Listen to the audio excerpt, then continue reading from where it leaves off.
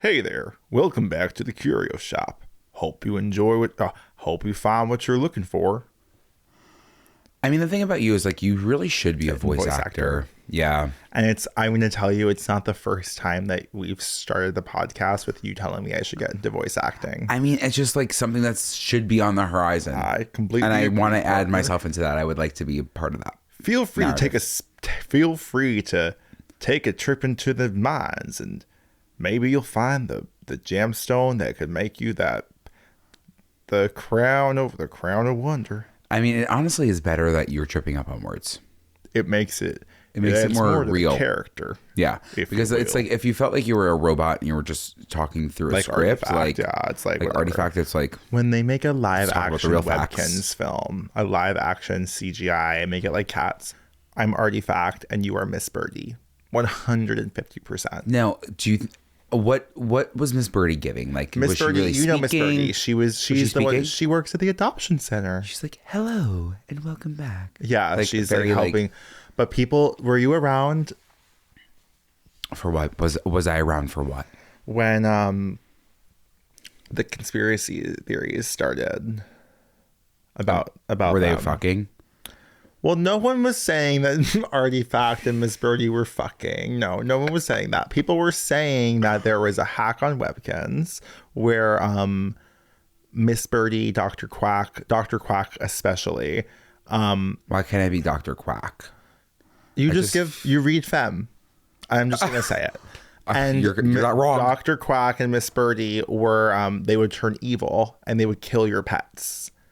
And it was like people were like, be very careful and be vigilant, because if Dr. Quack the screen will glitch and Dr. Quack is gonna murder your love frog. So you're telling me? Wait, I think that this is a part of the live action movie. Well, that's what I'm saying. Oh wow. Oh, it's like a Five Nights at Freddy's. Yeah, It's a horror horror film. In 100 years, when the Webkinz IP becomes public domain, Okay. the AI versions You don't think of we our know someone we can't call a few people? Gans? Yeah. And say, can we take your property and turn it into a one of our horror film? listeners works for Gans. Because if one of our listeners worked for Gans Yep. and they're waiting in 2 years to Yep. let me know, I'm going to be fucking pissed. Yep. Well, that's how it works sometimes. That's how it works. Sometimes somebody won't speak up until they're called. And now that we've Gans. called Gans into the room Why don't and you into just the universe. call Gans up? I do want to clear the air on a few matters. And I think that, like, well, first of all, I want to bring it back to you. You did say that, like, I'm giving femme. Pretty much 24/7. I just thought it was interesting because you kept looking at me on the subway platform being like, this outfit gives femme. Yeah. Okay. It wasn't a bad thing. No, it's not a bad thing. I just was a little bit confused because it's just like a sweatshirt. All I said was you have been femming it up lately. That's all I said. And it was nothing about the outfit. I never once brought up your outfit. It was about the way you were holding that purse that you were carrying. It was about your lip gloss. And that was why I said it. Because how does somebody hold a freaking bag? How do you hold a bag? A tote bag around your... I mean, you can hold it like you hold it. I just have big shoulders. That's what it is. Well, I have really massive big shoulders and massive arms because you have so much gains. Someone recently told me that I have the ideal shoulders that they want. And for me, I'll hold them. I would say you life. have the ideal shoulders that I want. I'd be willing to even say that. You're kidding. But I'll tell you, these shoulders aren't what it's cracked out to be. Because with those tote bags, you can't. So you have to walk around like a little space. fairy. You have to walk around with as a fairy. But I'll tell you one thing that these fairies aren't telling you. When you're walking around with that bag along your forearm, my bicep is engaged the entire time. I know. My like elbow is tight to the body. Like it's a farmer's carry. It's kind of gorgeous. It's kind of amazing. Wow. Yeah. So yeah, I do think you've been femming it up, but I don't think that's a bad thing. And I don't think femming it up means anything about that outfit. I just thought I thought it had a correlation to the outfit, but I guess I was just completely mistaken. No, yeah, I'm sorry. I'm sorry if I gave that indication. And that's okay. And I the last thing I want to clear the air on is what you let me know that a listener responded. We got a message earlier today. From someone, from a very sweet person asking a burning question. They said, I have a burning question for the two of you. And this one burned. Are you from Westchester and are you 28? And I loved that for a few reasons. Because both of those things are not right. But I like the fact that we give Westchester and 28. Well, I mean, we're giving Westchester, we're giving Ohio, we're giving everywhere that's just not Long Island, New York. Listen, I think that's a testament because for sometimes I think all we do on this podcast is talk about Long Island. No, you think that people think that we live in your childhood home. Yeah. But I also live in your home with you. It's always a possibility. There's always a possibility that things go south. I might not live in this home, but the fridge is always open. You know? You don't live here, but you're a full-time resident of that fridge. Correct. This is very true. My hands will be in that pantry until the day I'm in the dirt.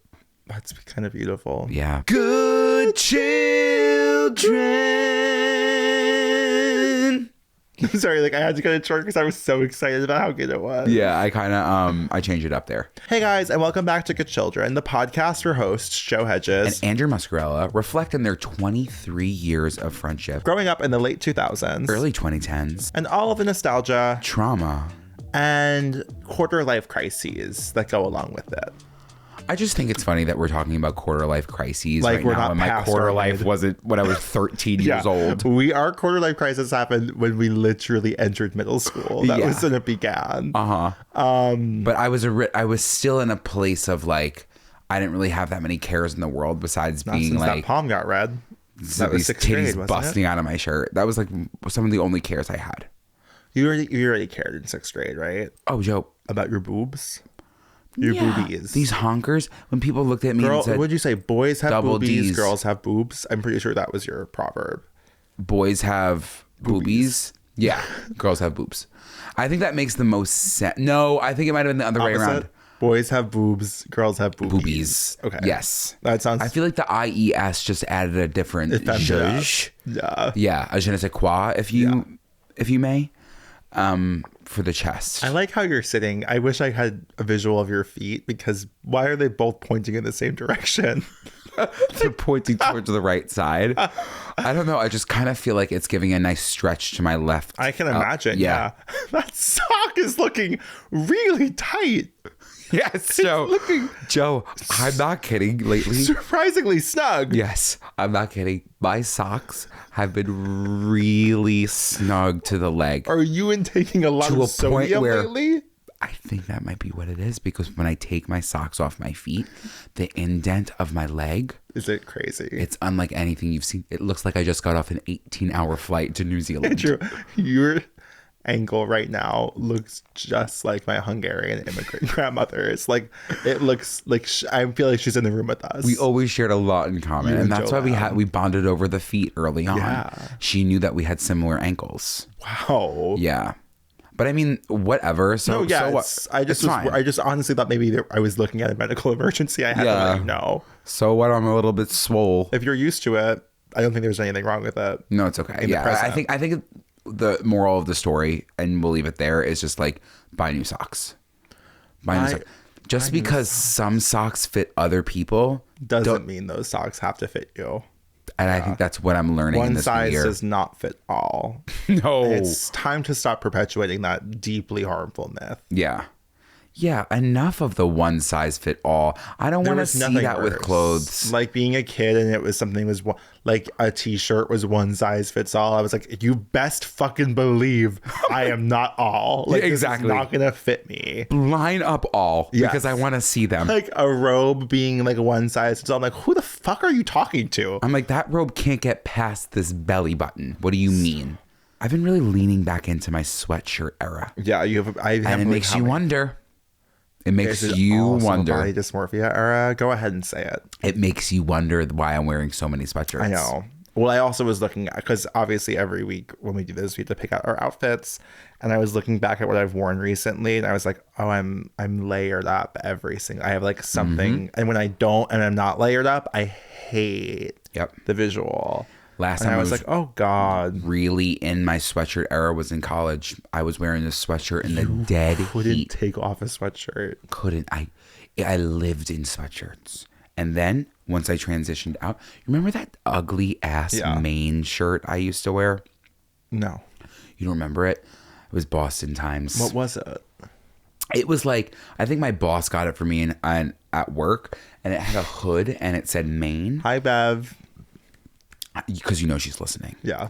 But it said Maine, but otherwise I was always. It? I'm confused by it. Okay, I can show you. You wore a it few pics. often? I wore it. I almost day. wore it too often. I think of things you've worn Stained. too often. Things you've worn too often. Let's go through them. That Vineyard Vines quarter zip that was striped only on the top. Oh, no. Striped only on the bottom. Oh. Blue on the top. Wow. It was a gray Shep shirt. Okay. With the blue Is that the stripe. owner's name? Shep and Ian. Yes. Do your research. Shep shirt with the blue stripes at the bottom and the blue little shoulder pads. And what exactly did you think it was giving? Yeah, there were shoulder pads. Yeah. Almost. What did you think that was giving? I think it was serving class. I think it was serving eleganza. And I think that I was walking into school every single day and people were like, whoa, that's Shep. Yeah. He has his shirt.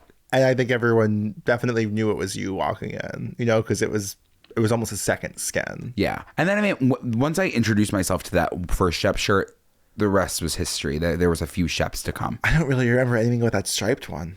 I remember you wearing it to a baseball game freshman year. Oh. I have a deeply twisted memory. Oh, I did wear it to a baseball game freshman year, didn't I? Yeah, I remember that. And then I got a salmon one. There was a salmon one. Oh, I was happy though. For someone who wanted so badly to be perceived as heterosexual, you did not stray away from the color salmon once in your life. But this is what I'm saying. Like, yeah, I wanted to be perceived as heterosexual, but at the same exact time, if these straight ass losers were also wearing salmon nonstop, why couldn't I also wear salmon and be like, yeah, my version of straight is salmon? Because they were doing it too. Really? Because I'm seeing a whale. But whatever. What else was I wearing? So I had my Shep shirt. I feel like my Dailers lacrosse sweatshirt. Your Dailers lacrosse sweatshirt is a frontline worker. Because that one, Secret Swimmer just like a Windex, it's it's multi-purpose. That was multi-purpose because I was letting people know that I was comfortable, that I was athletic, and that, you know what? I had a team to go back to. So, Andrew. So, Joe. Earlier this week, we got a voicemail from a listener, and I actually think it's the perfect setup for this whole episode. Mm-hmm. Oh my God, this is the most terrifying moment in my life. Hey, oh my God. Okay, wait, I feel like I'm speaking to like Jesus Christ and the other Jesus Christ. So I don't have a really good question. So this is, okay, why am I calling? That's the question. Actually, I do. Okay, I'm so much like both of you, and I admire both of you so much, and I think you've taught me more than anyone else in my entire life, which sounds really sad when I say it, but I promise it isn't. I love Andrew to death. I would be his bestie, absolutely. Same for Joe, but it's a little bit different with Joe because beyond wanting to be your bestie, I am so much like you and see myself in you, and not to call you out or not to call me out, but your insecurities and your passions as well. I'm a screenwriter. I don't know. The question, which, yeah, that's the point of this, is that, like, how do you get to the point of confidence where you both are? How do you love yourself as much as I feel like you both love yourselves and carry yourselves? And, like, how do I be as cool as you, I guess is the question. Yeah, that's it. I'll shut up now. Love you guys. Bye. I wish we got your name. I know. It really, like, calls like that. Put everything into perspective. Everything. Like, I think you're fucking cool already. You're listening to Good Children and you want to be a screenwriter. Come on. Come on. Come on the show. But yeah, I think that's a great place to start. Yeah. I think that we could start by just saying, without being self-deprecating, I don't necessarily consider us cool people, nor do I consider us the beacons of self-love or of confidence. No. I think we do a really great job of being confident here because we're with each other. Right. But we're also confident. But sometimes I'm not trying to be confident. I'm just like, No.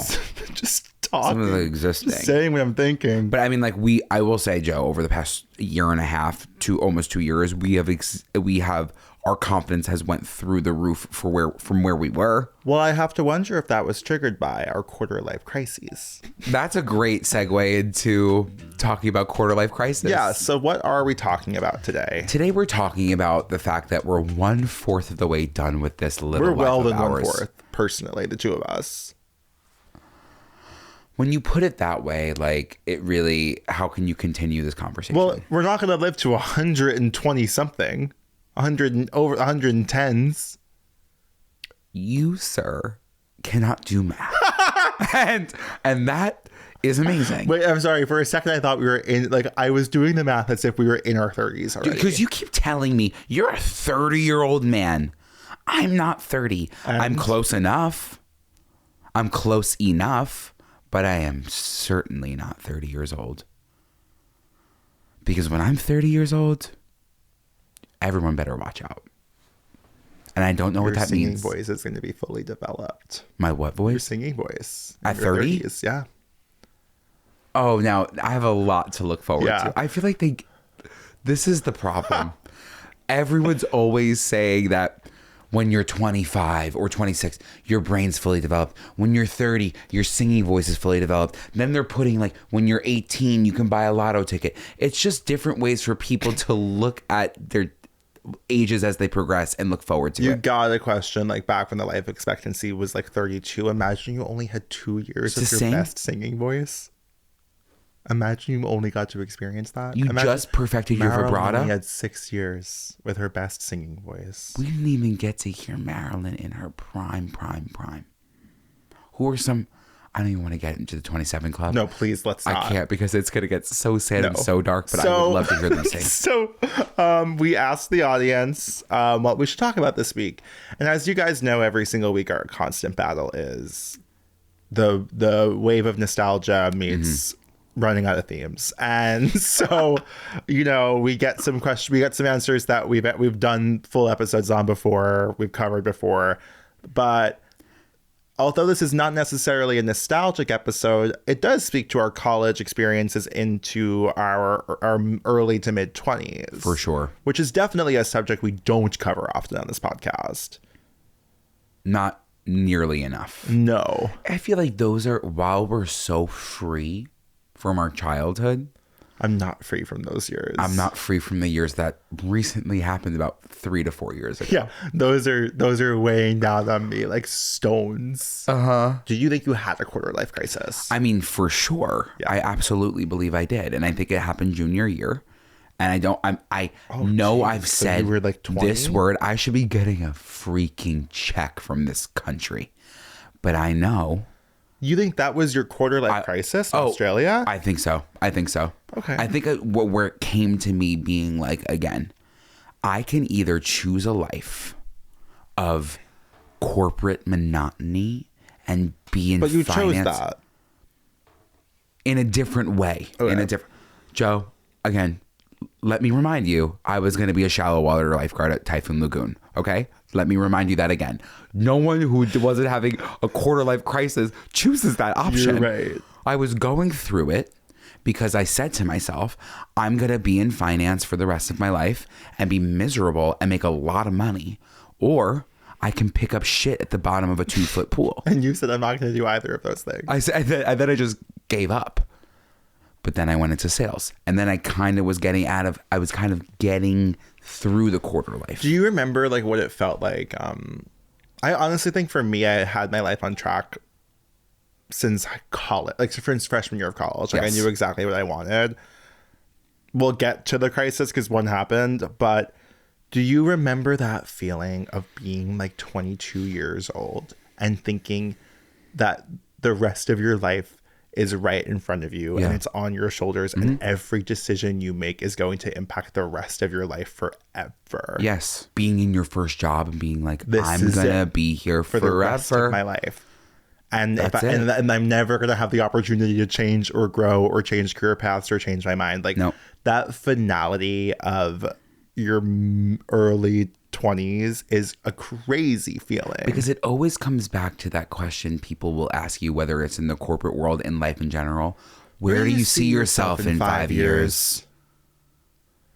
I'm sorry. I just got here. I was just born. I was like, you want me to fucking think about where I'm going to be? I don't know what I'm doing tomorrow. 5 years? Okay, so let's say, where do you really place your quarter life crisis at 20? I think 21. 21, it was going into senior year of college. Again, there was a lot of things weighing on me, both school-wise, like what am I going to be when I get out of school? When am I going to come out? When am I going to come out? Yeah. A lot of crises was happening. I feel like for me, it was... I feel like I know when yours was. I also think I know when yours is. And I'm acknowledging your experience. For sure. Okay. I don't think that was your quarter life crisis. Let's almost give each other... You say your quarter life crisis, and then I'm going to say what I think yours is. I think mine was my last full-time job and COVID. I think for me it was, I just remember sitting in this very bedroom where we film this podcast now, and waking up every single morning with the worst anxiety of my entire... Going to school, I always wanted to create art. I always wanted to make videos. Like, that was always the through line since I was 5 years old. We all know that. That was the main thing, was make videos, whatever that may mean. TV shows, movies, models, YouTube videos, whatever came my way, I was going to do. Parenting videos at BuzzFeed. Like, anything I could do to get into that career. You fathered a lot of people. I was father to a lot of those bitches at 21 years old at BuzzFeed. I'll never forget my first week at BuzzFeed. And I posted a diaper cake. Cinderella's carriage diaper cake. 150 million views week 1. Are you kidding me? There's a new bitch in town. He's 21 years old, a twink, and dressed head to toe in ASOS except for his Balenciaga sneakers. Watch out, BuzzFeed. That was a great moment. How the hell do we have to make a fucking diaper cake to get 150 million views? Yeah, it was crazy. 150 mil day 1, week 1. That's a third of the United States population. Half of. A little bit less than half, about 47% of the United States population. Wow. I had no idea. The fucking census survey. Like, from that moment at BuzzFeed, from my old job at Newsday, like, I was seeing success metrically, and I was like, I can fucking do this shit. Like, let's go. I got to my next job.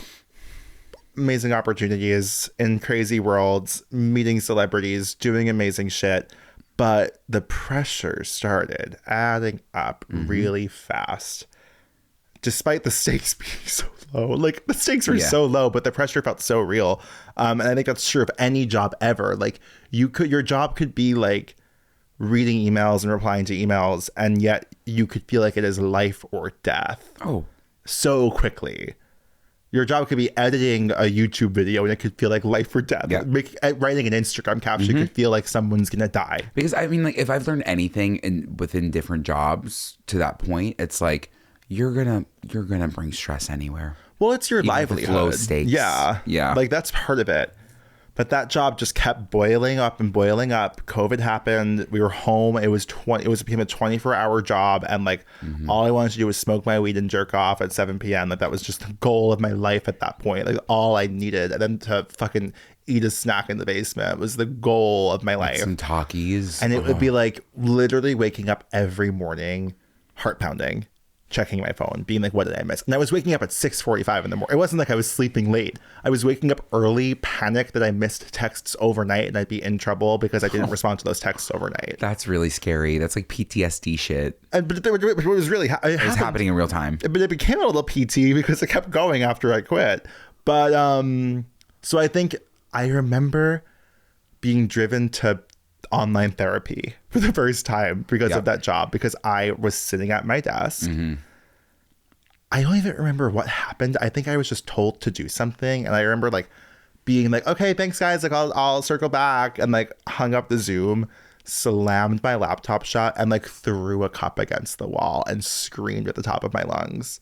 And I was like, that can't happen. No, I'm gonna kill myself. I was like, this is actually like genuinely, like, this is not normal. I'm writing Instagram captions for someone. Like, this is not. I am not at NYU Langone You know what I mean? No, you weren't helping anyone's. You weren't saving anybody's life. No, and it felt like I was. And I think that triggered a year-long crisis. Because you also felt like their life depended on you. Yes. I feel like that's what was happening, especially with those little Instagram captions. Yeah. It might have been an Instagram caption. Because I fuck up. But how did people perceive them because of you? I fuck up. 20 million people are canceling that person. It lands on me. Yeah. And I'm not even the person. No. Yeah. Oh, I can barely click post for myself. I can't imagine running someone's Instagram with millions of followers. And you're not just posting at like work hours. It's time you're out for drinks with your friends. You post because it's time to post. You get the pictures. You have to post. You're out for drinks. It's 10 p.m. on a Tuesday night. Joe. You get pictures sent to you from a fashion show. And it's like, okay, what's my caption? And it's fun. Like, that's fun. And there's a friendly environment that comes with it. But there is just, because of what social media is, like, your whole night's ruined. You're pitching ideas. You get your idea pitched. You post it. No. You now check your phone every 5 seconds and you're out with your friends. You completely lose contact with who you're speaking to. You're so drilled in on that post. It's so bad. See, it's moments like that where I would take the Excel document of calls and put options from finance and say, you know what? At least that's daily. I know what I'm expecting each day. Yeah. That, absolutely not. It's a really interesting, because again, Absolutely it's easy. not. It's easy in many, it's not like no. You can't speak up. No, doing people social say media. that shit's easy. That shit is not easy. It's cushy. It is. You know what I'm saying? It's not like, I understand that people actually have to, like, people are working for far less and doing far more labor and suffering far worse than me drinking a gin and tonic out and worrying that the Instagram caption is wrong. But mentally, it makes you feel like it's actually the most serious job in the entire world. Do you think that the midlife crisis came to like a full head when you decided to move? Oh my God, I'm so sorry that I think it was a year-long crisis. I think it just started because that was winter 2021 almost. And then we moved in March. I feel like it almost, I was going to say your quarter life crisis kind of happened right when we were moving in too. Because you were on a high, but like even getting you to move out of your apartment, you wanted to do it, but there was still that internal your house, your family. Yeah. How do you make that next step? And I took you by the hair. You did. And that really, like, when you think about it though, it's very unlike you. It is. Because like you would kind of be passive and sit back and let me be in my ways, but you really knew that it was not time to be like that. That was that was a one time for me. Like, again, I was just under the knife. I was just getting these meatballs out of my throat. Okay, I was still slurping down soups and sucking on ice creams. These are moments where I have to think, if this is someone's first episode, they should know what you mean. Oh, so if you don't know what I mean, I got my tonsils taken out when I was 24 years old because I had strep 7 times the year before, and the height of COVID makes you wonder. Makes you really question your morals, but keep going. Well, there's a lot of moral things that we could talk about, but we would have to get there. But yeah, I got those meatballs taken out, and then we had a timeline. And when you're gonna give me the timeline, I'm gonna get that. Whether it's the day before or 3 months before, I need to know it's gonna happen because I'm gonna lose sleep over it. My ass wakes up from getting my tonsils taken out. I'm already on Street Easy. I'm already scrolling. I got appointments. It's appointment. The next week, I can't even speak yet. They're telling me not to talk. I'm out with a mask on my face looking at apartments. Joe's in his house. I don't even think Joe has told his parents yet. I didn't tell my parents I was moving out until we had a lease. Come on. Well, that's how bad it was. And I'm sure there's people that relate to this. Like, it was just one of those things. Like, my sister didn't move out until she was married. Like, it was kind of a household where it's like, you don't move out until you have like a real reason to move out. But that's very Long Island. I know. But I know it's other places too, but it's like, you do not move out until you are married. Yeah. And like, I was like, I'm not gonna end up dating. So, like, I was like, there's no world where I'm getting married while I'm living in this house, like, for a million reasons. Also, I was I don't want to like live here. But there was such a sickening guilt, like a sickening guilt, like saying to my mom, like, I'm moving out. But I did it on the day of the insurrection. Said, why not? Well, I mean, it was already, everything was already hitting the fan. And I remember it was already so low. That was a crazy day too, because I remember watching the as Azalea Banks said, the meth behavior of people scaling the walls, and then having to get on a Zoom about Instagram. Yep. And everyone was just ignoring it, and I was like, literally. We're watching a civil war break out. Yeah. And we're talking about the Instagram captions. Like, we're still doing this shit. You're talking about Instagram captions. I'm working at a travel company. It's peak COVID. We're talking about selling people on trips. And I'm still watching the screen and I'm seeing people crawl over the fence. And I'm like, oh, what is life? Right. What are we doing? Everything we're doing is just fake. And it's like, what are we doing with our lives? What do you think that my quarter life crisis was? I think it was 2 years ago to the date.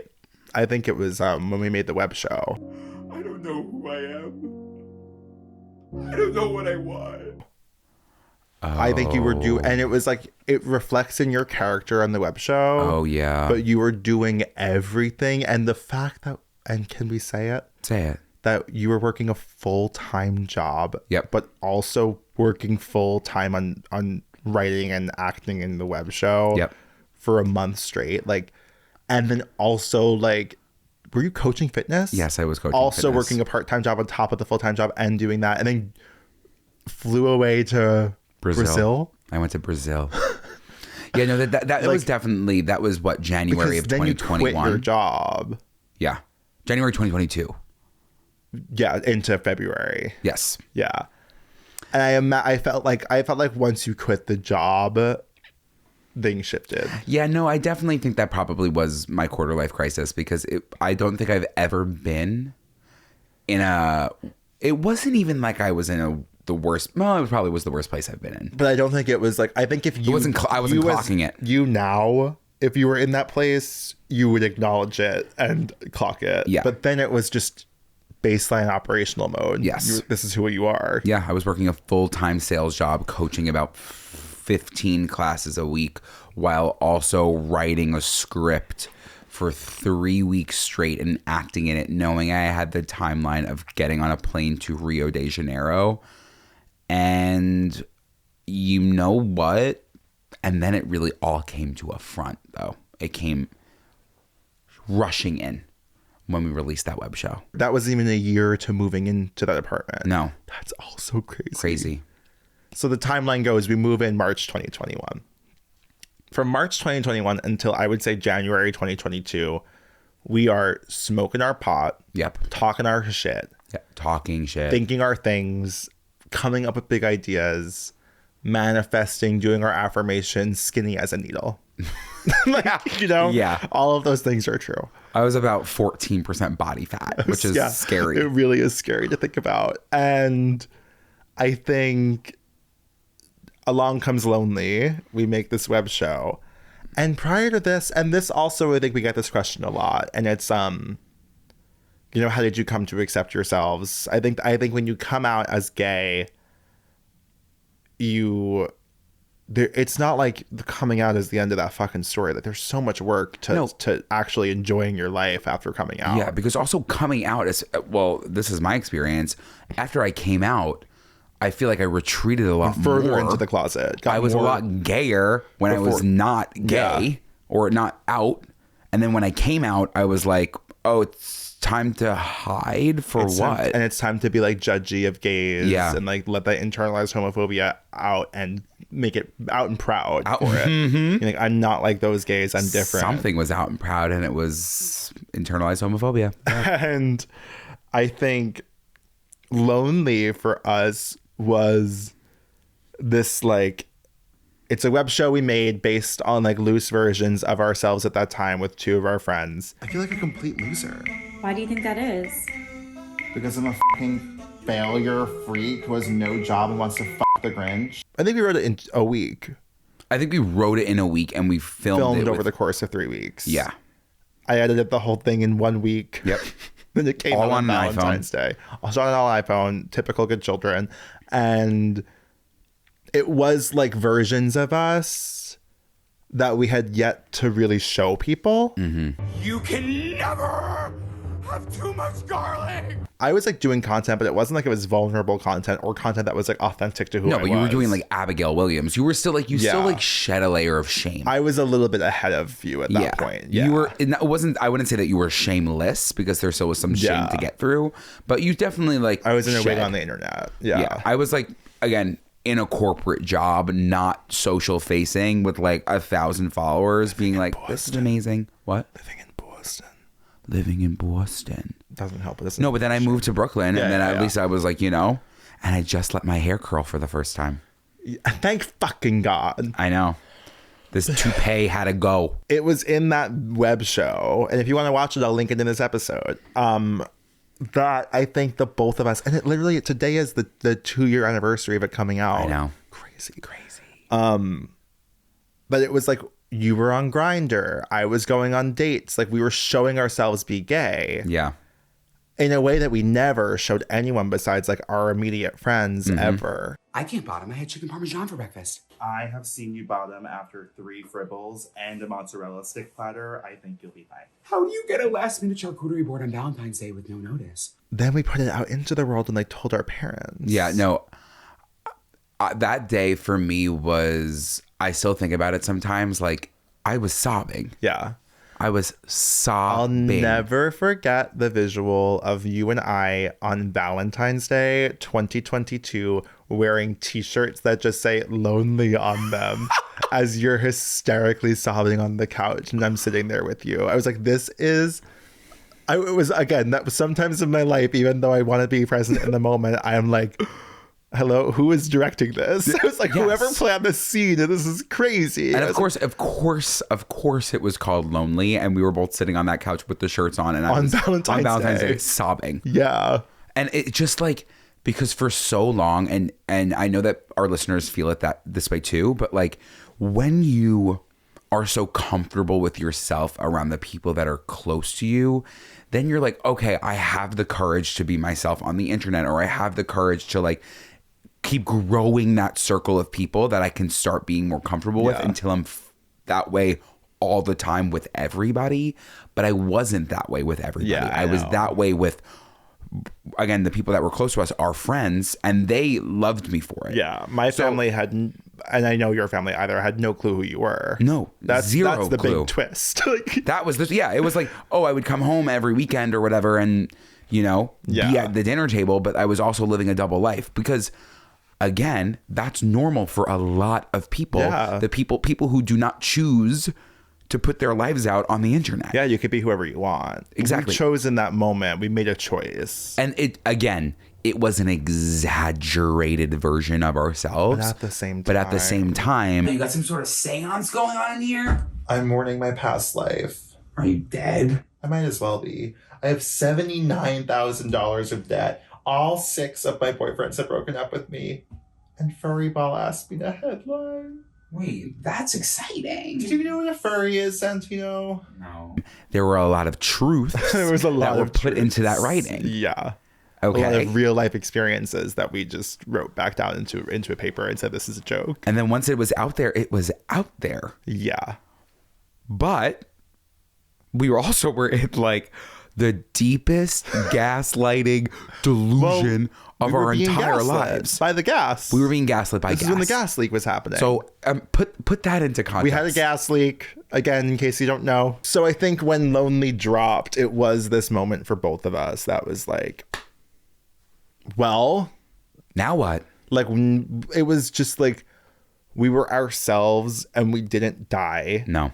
And nobody, like, it wasn't like it blew up. It wasn't like it went viral. I don't know why we expected it to. I'm not kidding. I thought we were going to have a TV show by the end of the year. I thought we were the next Abby and Alana. Yes.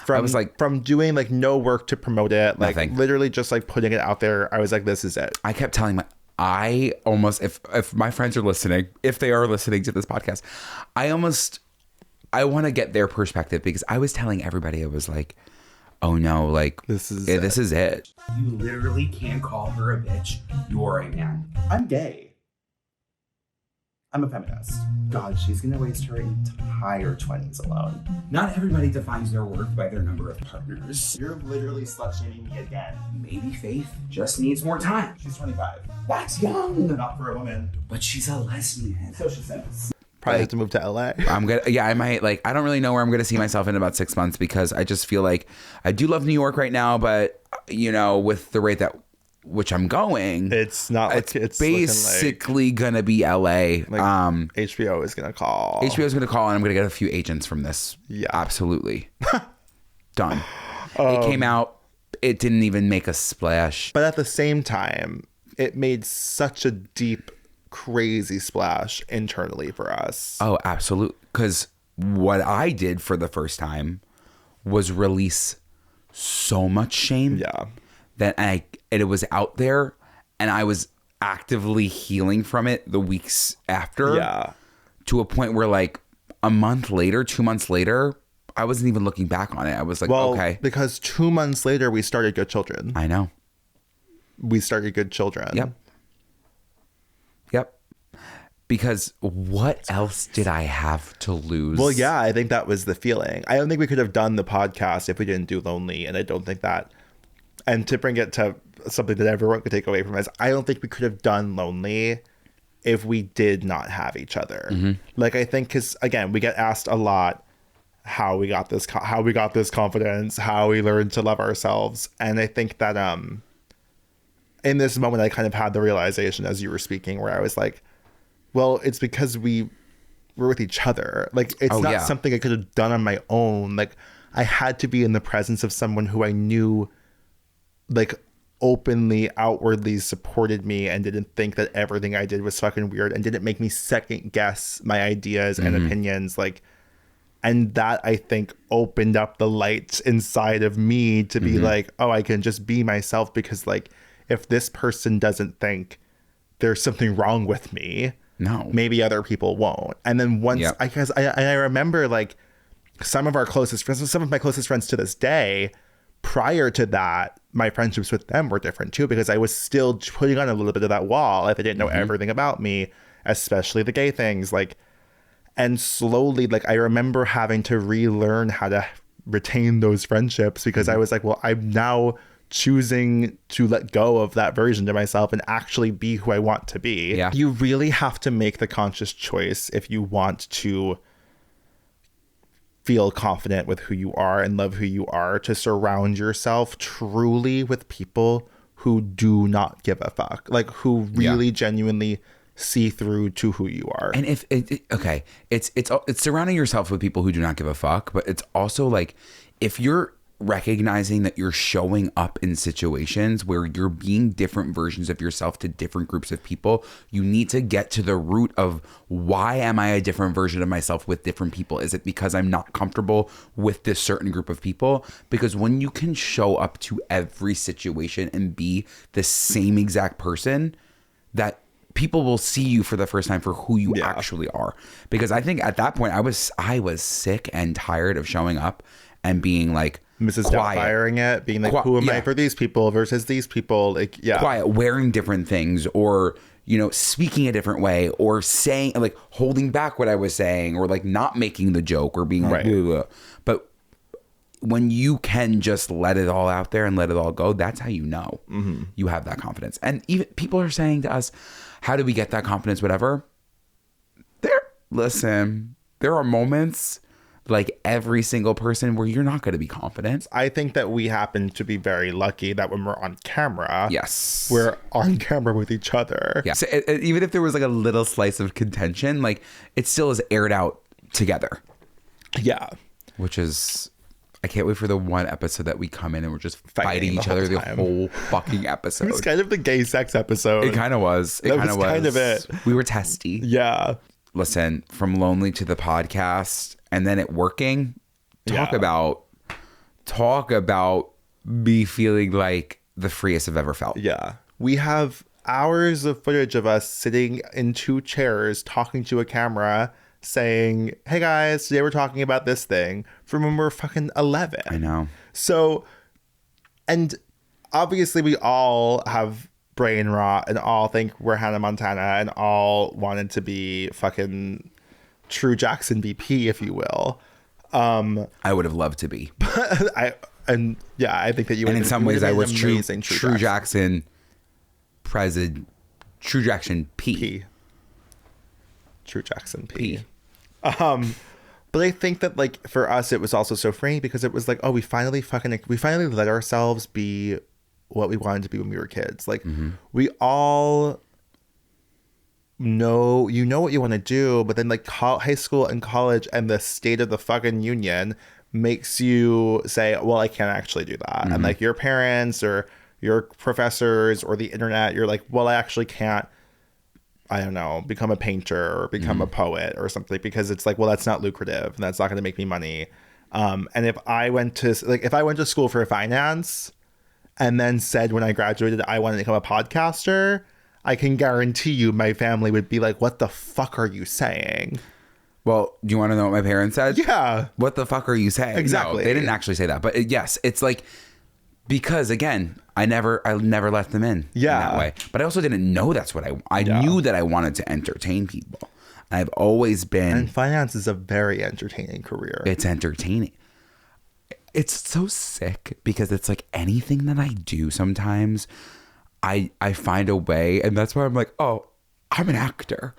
Because I felt like I was being somebody that I knew I was not. Yeah. I was up in front of class talking about stocks you should invest in. Right. I had no idea what I was talking about, but I was studying up on it. Yeah. And I made those people believe that they should be investing in Stanley Black & Decker. And I had that $750,000 of the school's endowment that we were sprinkling in there. You know what I mean? People believed it. But I put my best foot forward and I was acting.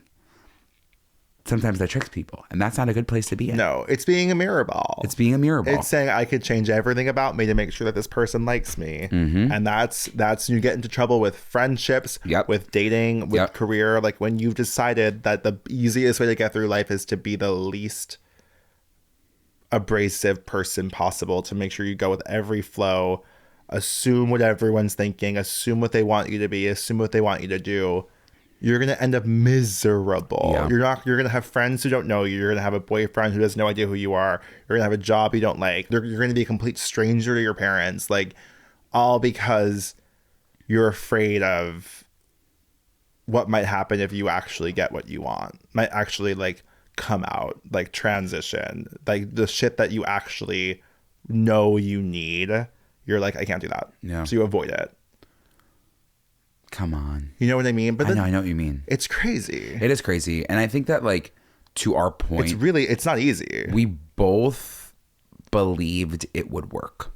Well, I believed in you. And I believed in you. Yeah. And I think that obviously not everybody has a Joe or an Andrew or a friend to, like, yeah, we're very lucky. We're very lucky. But at the same exact time, if you're in a situation where you're like, okay, I'm working in accounting, but I've always wanted to be an artist or a painter or whatever, like, it gets to a point, yeah, sometimes it won't work out, right? But if you at the beginning believe it would work, you like trust it.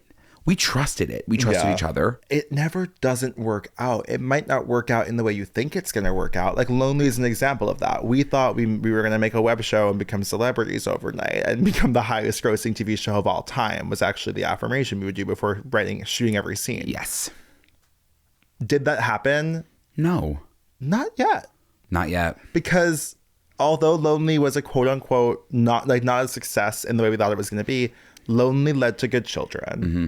We have seen firsthand how Good Children is leading to other opportunities. And when you look towards people who've been doing this shit for 10 years, I mean, that's like, it's just a natural step in the ladder. Yeah. So it's like, so you're working in healthcare and you want to become a three-dimensional medium artist. Like, that sounds amazing. Start sculpting. Like, what's the worst that happens if you start sculpting? Like, in your free time, sculpt. It's like, you can't fail if you don't quit. No. Like, so sculpt. And then the beauty of the fucking internet is you can just post shit. And like, there's no harm in posting anything. Like, if you get 0 views, if you get 25 views, if you get 1 million views and 1 million hate comments, like, you're still in healthcare. Like, you're still a person. You still have friends. You still have a world in real life.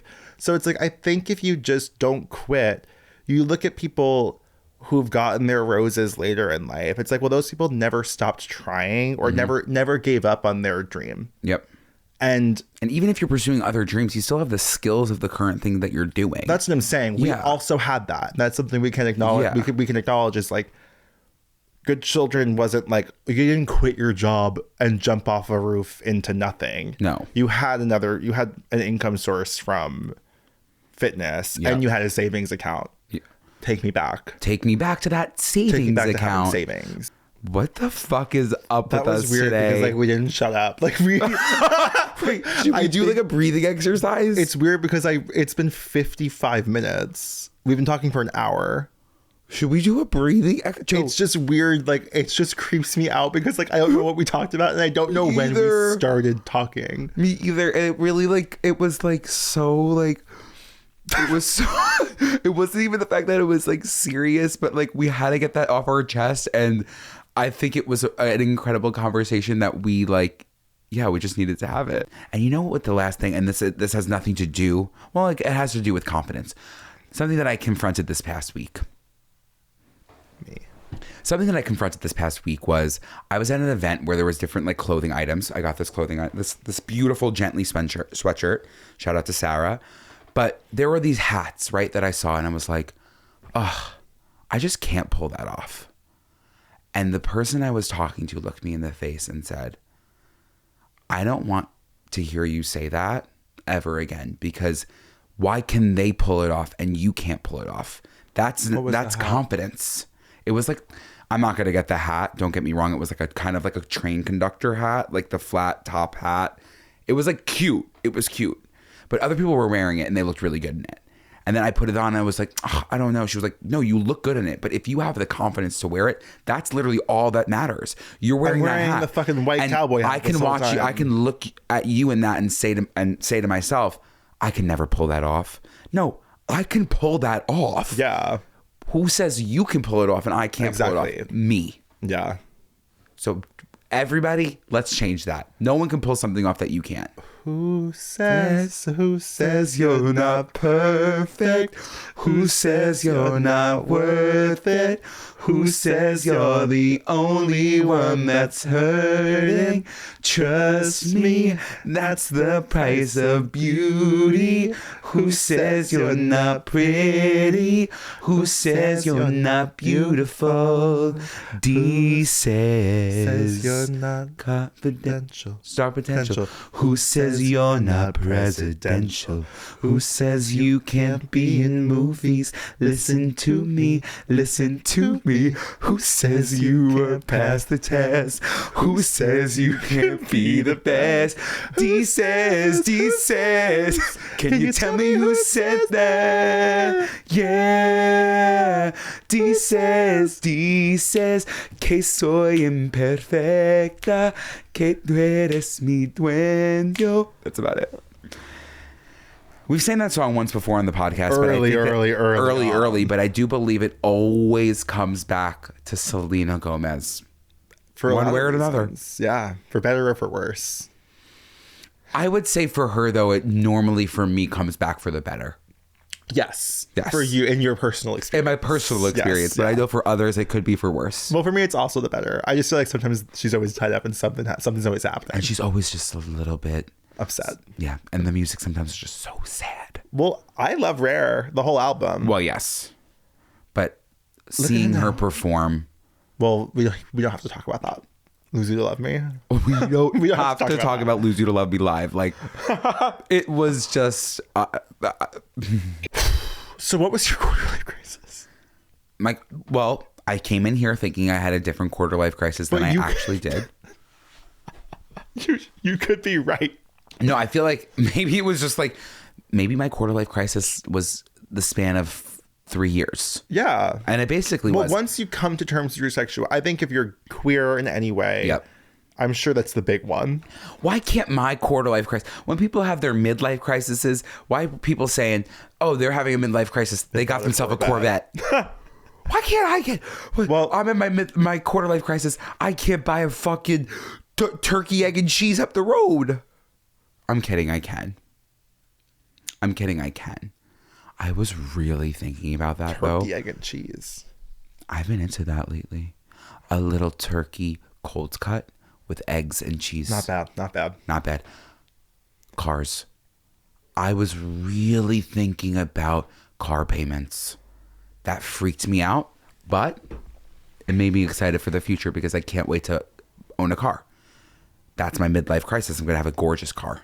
So, That's exciting. well, if my math served me correctly, we are talking about quarter life while I should be at close to mid. By 30, I'll have a car. Okay, that's really exciting. I know. And for the other 27-year-olds out there that are driving themselves around listening to our podcast, Most people. most, you're kind of winning.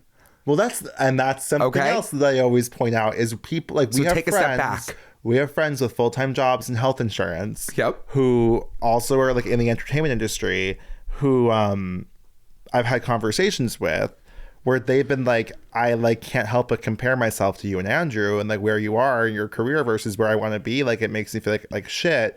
And I'm like, babe, you have health insurance. You have a paycheck. I'm avoiding the doctor at all costs because You know I what I can't mean? step foot in there. I was like, you're actually 15 steps ahead of where me and Andrew would love to be. Like, you actually can put your head on your pillow at night and go to sleep. So, like, I think the grass is always greener. You're always, but everyone's deeply insecure and afraid of being themselves. So, actually, when you think about that, it's kind of easy to be confident because you know that the people who are going to hate on you are insecure. Mm-hmm. And the people that love you see themselves in you. Mm-hmm. And I see myself in a lot of people. and I would like, never mind. And I would like to be, what do they say? I see myself in a lot of people and I see myself in people. Who said that? I feel like I've heard this before. This could be a line in Pitch Perfect, which that's happening for you this week. And that's a non-negotiable for me. Time. I'm sorry. You have time. I'm busy. I need you to watch. I'm busy tomorrow. Okay. I'm busy Wednesday. All right. I'm busy Thursday. Sure. I'm busy Friday. Okay. I'm busy Saturday. Okay. But you're busy Sunday? I'm busy Sunday. Well, maybe that's Monday after we record, but I need you to watch Pitch Perfect 3. I need you. I need you to do that for me. Okay, for you, I'll watch it. Okay.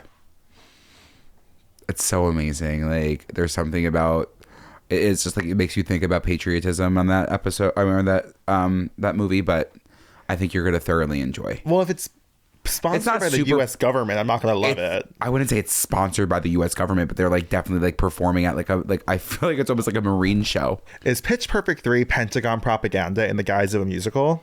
Listen, Yeah. If they can make Yeah. it is. Yeah. Yeah.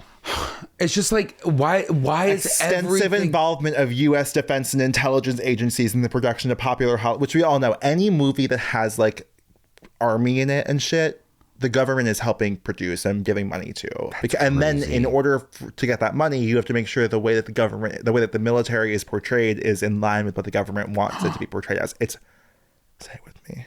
Do you think I'm going to get canceled for saying you should watch Pitch Perfect 3? But listen, if you can't have confidence and they can make bumper This appears to be Berlin, confirmed by Lieutenant Colonel Thomas Lesniewski, who has said that changes were made to the script of Pitch Perfect 3 to make sure that the way that the military is portrayed is done right. I got to watch it again. I got to watch it again under this lens. The music hits. I got to learn another language. And it needs to happen soon. It's game time. We're in the home stretch. I have 6 months, and I got to learn either Spanish, Italian, and French. Yeah, because I want a home in each one of those places, and I'm not gonna move somewhere unless I know their language. That's why I'm not moving to Greece.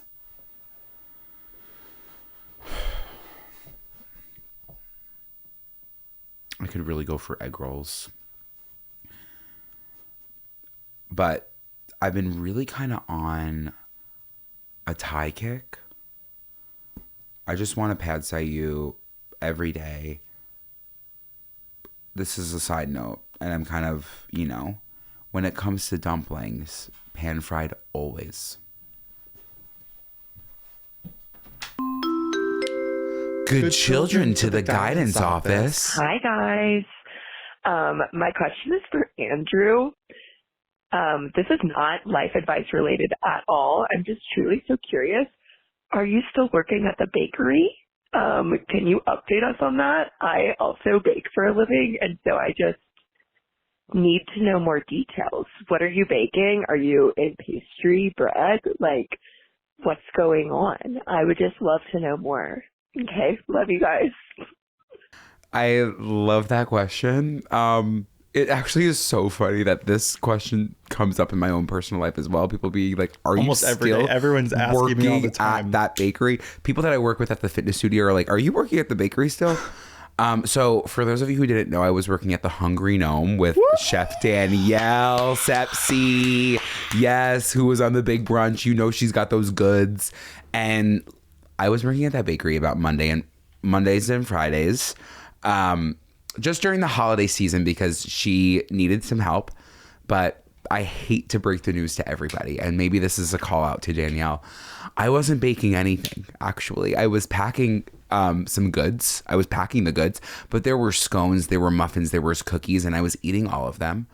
But I will say one thing about working in that bakery, and it did revitalize me to get back into baking. I really, really, like, it's one of my passions. And I made these crazy cookie butter chocolate chip cookies last night that Joe can attest to. And yeah, they were fantastic. They were fantastic. So yes, I'm a baker through and through. I wasn't baking. I just smelt of the baked goods and was helping a friend. Hi, this is Danielle Sepsi. I am the chef and owner of the Hungry Gnome Bakery. Andrew was a seasonal employee with us at the Hungry Gnome, and I would say that his time at the Hungry Gnome had its ups and downs. Although he was eager to learn and really lend a hand anywhere he could, I would say that the sheer volume of the carbs and butter that surrounded him was sometimes a bit of an overwhelming distraction. There were a few instances during the holidays where orders were incorrectly packed by Andrew, causing us to have to retrace our steps and reopen the boxes and figure out who was missing items, which can be a little bit chaotic and not really the most efficient use of our time. But overall, I think his passion for baking, his zest for life were really infectious, and it was very pleasant to be around. So I would say we would welcome Andrew back anytime, but maybe in the role of cookie scooper or biscuit baster, something more hands-on with the baking, maybe less about the logistics, but we will give him another chance in that area, and we hope to see him back. Hey, I just wanted to ask you a question. What was one of your most embarrassing moments in elementary? I mean, it wasn't really even that embarrassing. It was more, it was first grade. I think I might have talked about this, but it was first grade. You cut that girl's hair? I didn't cut her hair, Joe. I ripped her hair out of her head. Stop. I ripped the hair off the top of her head. Yeah, and she had to wear bandanas for the rest of the year. Shut the fuck up. Stop. I actually hate that story. Yeah, so... I mean, that wasn't even embarrassing for me. That was just like just criminal and mortifying. No, I would say the worst, the only thing that's sticking out for me right now is when I fell in front of the entire class and I got up and I started laughing and then immediately started sobbing. And then I realized I also like simultaneously shit my pants. This was first grade. And then what do you mean? Since I shit my pants. What do you mean? I don't think I've ever said this on the podcast. So yeah, when I was in first grade, there was it will stick with me for the rest of my life because what was I, 6? I fell on the way to the bathroom, and when you fall and when you're embarrassed, you get up and you start. Sometimes you're laughing, ha ha ha, and I started crying. And what I didn't realize that in the moment as well, when I made impact with the floor, was then I also like I let out a little toot, and that toot was definitely in there, nestled. And then I was mortified, and then I went to the bathroom, and then since I had shit in my pants, I had to tell my teacher that I shit my pants, and then I had to go to the nurse's office, and they had like extra underwears there, and then I think that they needed to contact my mom, and she had to either bring me an extra pair of underwear or I had to use a used pair of underwear. I think I opted for the used pair of underwear at that point. But that was pretty mortifying for me. I feel like this is like really free. This is such a freeing podcast. Sure it is, yeah. Anyways, what was yours? In elementary school, I don't think anything could possibly beat, and I have told this story before, but when I came in for student body elections with a rap, and then I panicked and didn't do the rap because saw the lyrics and said, you're going to rap. And I said, well, no, I won't. No. And never forget, I went up there, I gave my speech to the group. I think that was the first time my confidence was truly shaken. My faith is shaken. Like, it was one of those moments where I was like, I went in so ready to rap. And I believed had I rapped, the numbers that day would have looked different. You would have won. And I just remember every line break having to go, clap it up. Clap it up. When was you were saying that during the speech?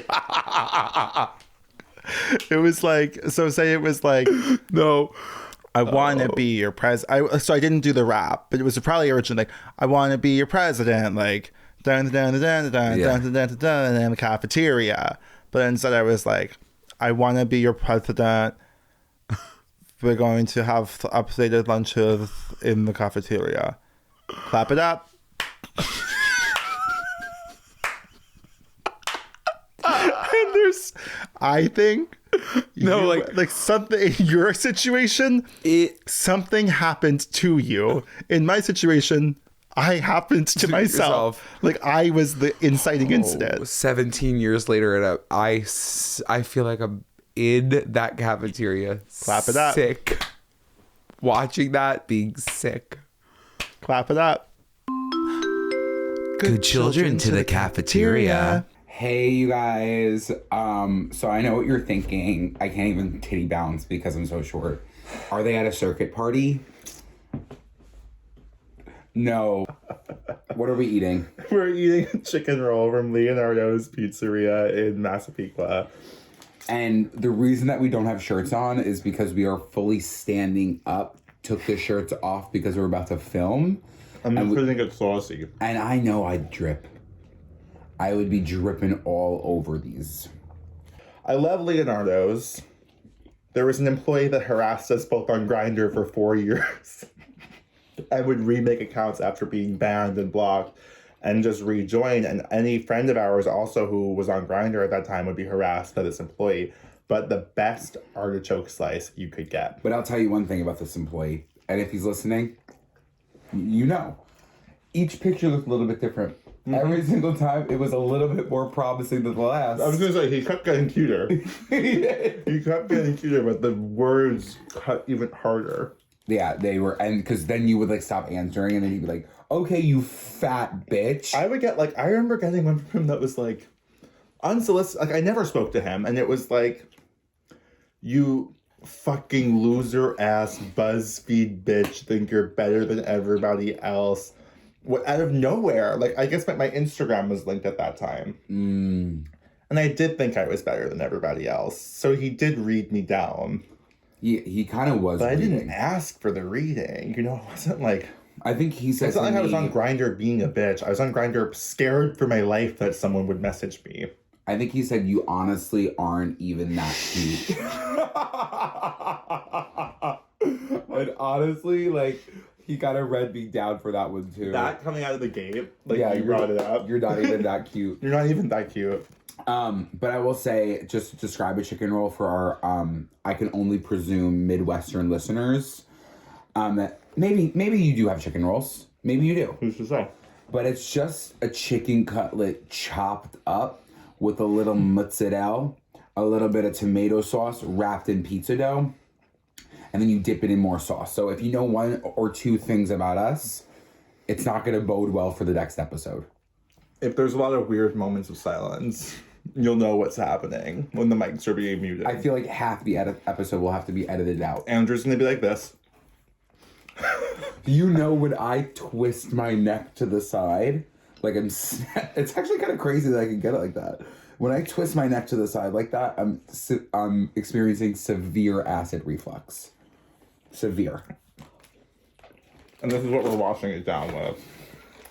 I just cold brews from Dunkin'. We should do what I eat in the day. It's like chicken roll, washing it down. The hate we would get. The way people would be, it would be the worst experience of our lives. They'd be like, No wonder you look like that. exactly. You complain about how you feel. You complain about how you look. You can't take your shirt off. Yeah, well, maybe you should be eating chicken rolls, washing it down like a latte. Shut up. I'm getting angry about fake comments that don't exist.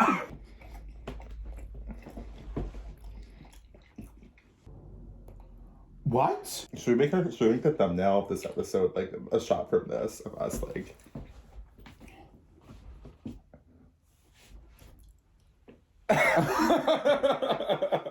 Okay, guys. All right, guys. Time to put on our shirts and get back to work. We're hard-working men. See how hairy my back is? Oh my god. Well, why did you have to say it like that? It wasn't even like I was. It wasn't. Oh, wow. Oh wow. I think I had a great time. Me and too. I, as always, have a wonderful time catching up with you every week. Every single week. It's one of the greatest joys in life. It's the only joy in life in so many ways. At this point, yeah. Thank you so much for tuning in to another beautiful episode of Good Children. You know what to do. Don't forget to do your homework. Like, comment, subscribe, rate, review. Click that bell button on YouTube. And You guys are clicking. People are clicking. I'm looking at the results every single week. It's increasing. Okay, But I great. want to see the number get higher. I really do. Yeah, we want to see the number get higher. I'm not happy. And we're getting reviews. We are getting reviews coming in. Are they coming in? They're coming in, but still at a slower rate. Okay. You That's still okay. want 150 really quick. I want 600. Okay. I want 600 by the end of the month. But Okay, what are we gonna? whoa. What are you gonna do? What are you gonna do? You guys have a lot of work cut out for you. It's work. It's also Daddy like, Andrew's going to be very mad at you. yeah, it's kind of like if this isn't an MLM, because no one's benefiting from this underneath us, and there's no one at the top really, because well, there's only one top in this room, but spread the word to your friends. Spread the good word. 600 reviews means you're spreading the word. If there was 30 of you that sent it to 200 people, come on. No, sorry, 30 of you that sent it to 20 people. That's easy. I want 30 to send it to 200. Actually. We get 6,000 reviews. Yeah, and if you want to join us for even more Good Children, don't forget to subscribe to Patreon. The link is in bio. And we bring you a bonus episode every single week covering themes such as orange juice, our personal lives, There are vlogs on there as well. dating, cock. Yeah, there's definitely some things I wish I didn't say, but it's $7 a month, and I'll tell you that community is growing. It's growing. There's so many new patrons in the group chat now. It's kind of crazy. Lastly, welcome to all these new listeners and these new viewers. We got some gays, you guys. I know that we've all been wondering, and we got some gays. We got some gays. And it feels good. It feels honorable. It feels like we found a place in the world. Yep. A hole is being filled. A deep, cavernous hole. And I hope inside both of us. I hope you can go to sleep knowing that holes are being filled. That our holes are filled. And with that, we'll see you next week. On the outside, always looking in. Will I ever be more than I've always been? 'Cause I'm tapping on the glass. I'm waving through a window. I try to speak, but nobody can hear. So I wait around for an answer to appear while I'm watching people pass. I'm waving through a window. Can anybody see? Is anybody waving back at me? This episode just gets weirder and weirder. The thing is in my head, like that whole time, I'm like, Obviously, it's it's Broadway. Yeah, well, obviously, yeah.